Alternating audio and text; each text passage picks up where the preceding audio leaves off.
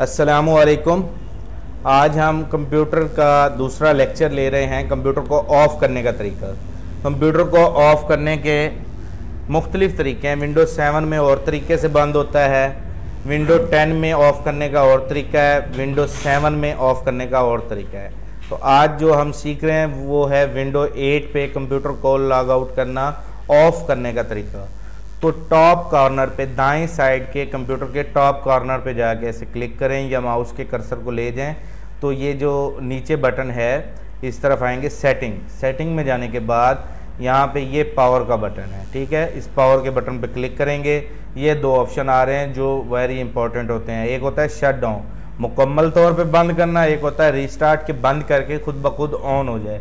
किस चीज़ को चलाना हो, हैंग हो रहा हो, तब हम रीस्टार्ट करते हैं। और मुकम्मल तौर पे बंद करना हो तो शट डाउन पे क्लिक करते हैं। तो ये शट डाउन पे क्लिक करेंगे, शट डाउन हो जाएगा, और रीस्टार्ट पे क्लिक करेंगे तो रीस्टार्ट। उम्मीद करता हूँ आपको ये टॉपिक क्लियर हो गया होगा। थैंक यू, अल्लाह हाफिज़।